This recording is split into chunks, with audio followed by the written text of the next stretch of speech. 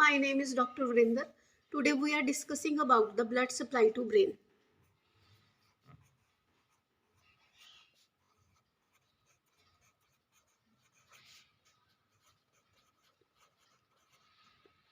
So the blood supply to brain by internal carotid artery,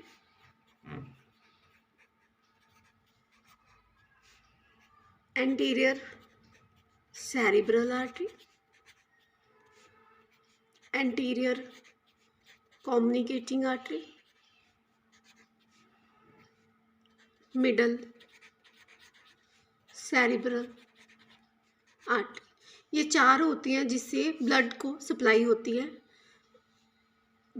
होती है brain को. तो हम इसको डिस्कस करेंगे कि कौन कौन से पार्ट को. जैसे anterior cerebellar artery supply most midline portion of frontal lobes, superior, medial, parietal lobes. These are supplied by anterior cerebral artery. Middle cerebral artery supplies lateral surface of hemisphere. Lateral surfaces जो उसके होते हैं उसको supply करती है, accept किसको नहीं करती, superior portion of parietal lobes and inferior portion of temporal and occipital lobe. Temporal और ऑसिपिटल जो लोब होती हैं, इन दोनों के पार्ट्स को ये सप्लाई नहीं करती. तो ये पोस्टीरियर पार्ट को सप्लाई कौन सा करता है? तो पोस्टीरियर पार्ट जो होता है वो बेसिलरी आर्टरी से सप्लाई होता है.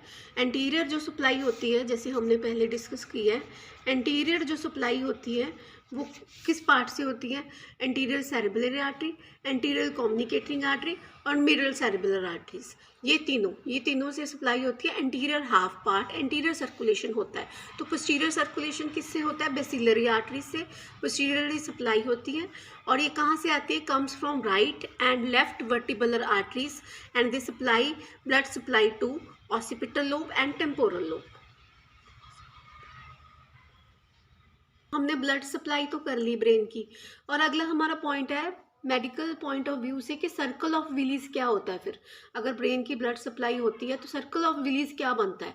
तो सर्कल ऑफ विलीज एक फिजिशियन थे थॉमस विलीज, उन्होंने डिस्क्राइब किया था ये पार्ट एनाटॉमी का कि कैसे उसका रोल होता है सर्कल ऑफ विलीज का ब्रेन को ब्लड सप्लाई के लिए. तो हमने जैसे पढ़ा है कि ब्रेन को ये चार पार्ट ब्लड सप्लाई करते हैं, carotid artery, cerebral artery, communicating artery और मिडल सेरिब्रल आर्टरी. तो सर्कल ऑफ विलीज कैसे फॉर्म होता है, कैसे बनता है सर्कल ऑफ विलीज? तो सर्कल ऑफ विलीज बनता है right and left internal carotid artery. तो वो गई कहाँ पे? Right and left internal carotid artery कहाँ पे जाती है? क्रैनियल कैविटी में. क्रैनियल कैविटी से यहाँ पे डिवाइड होगी दो पार्ट में, anterior cerebellar artery, middle cerebellar artery. तो यूनाइट होके एंटीरियर सेरिबेलर आर्टरी दोनों यूनाइट होके क्या बनाती है? Anterior communicating artery. Anterior communicating artery. ठीक है. तो सर्कल ऑफ विलीज ये हमारा फॉर्म हो गया. ये हमारी होगी बेसिलर आर्टरी. यहाँ से ये गई है ऊपर, और यहाँ पे हमारी बनी है पोस्टीरियर सेरिबेलर आर्टरी. ये पार्ट हो गया पोस्टीरियर सेरिबेलर आर्टरी का. ये हो गया मिडल सेरिबेलर आर्टरी, और ये हो गई हमारी एंटीरियर सेरिबेलर आर्टरी. ये होगी हमारी राइट एंटीरियर सेरिबेलर आर्टरी, और इधर वाली साइड वाली होगी लेफ्ट एंटीरियर सेरिबेलर आर्टरी. तो ये दोनों पार्ट को, एंटीरियर सेरिबेलर आर्टरी को जो पॉइंट जहाँ पे जुड़ती हैं, यहाँ पे कम्युनिकेट करती हैं, तो उस पार्ट को हम बोलेंगे एंटीरियर कम्युनिकेटिंग आर्टरी. ये बन गई हमारी एंटीरियर कम्युनिकेटिंग आर्टरी. तो पोस्टीरियर कम्युनिकेटिंग आर्टरी कैसे बनेगी?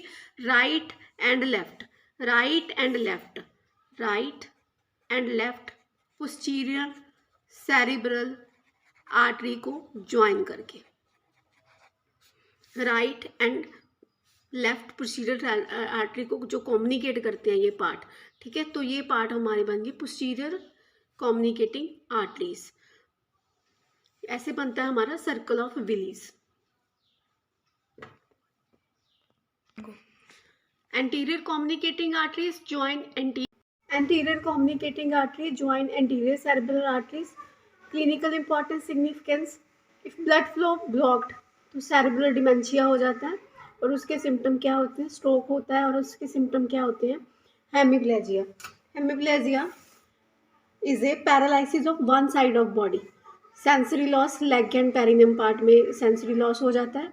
अप्रेक्सिया क्या होता है? Apraxia inability to perform the actions, movements, वो उसका लॉस हो जाता है। ग्रैस्प रिफ्लेक्स हो जाता है, यानी कि inability to hold. Sucking reflex, to have something in your mouth, उसकी इनएबिलिटी हो जाती है। एनोस्मिया क्या होता है? Loss of sense of smell. तो ये सारे सिम्टम जो होते हैं वो इंटीरियर कम्युनिकेटिंग आर्टरी उसके ब्लड फ्लो की ब्लॉकिंग की वजह से होते हैं। तो इसलिए सर्कल ऑफ विलीज इंपॉर्टेंट है, इसलिए हम पढ़ते हैं anterior communicating artery. And next is हम posterior communicating artery. Posterior communicating artery कैसे बनती है?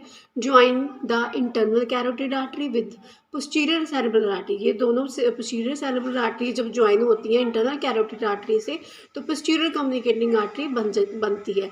तो उससे क्या, ये कहाँ से अराइज होती है? दे arise from C7 posterior aspect से, पीछे से पोस्टीरियरली।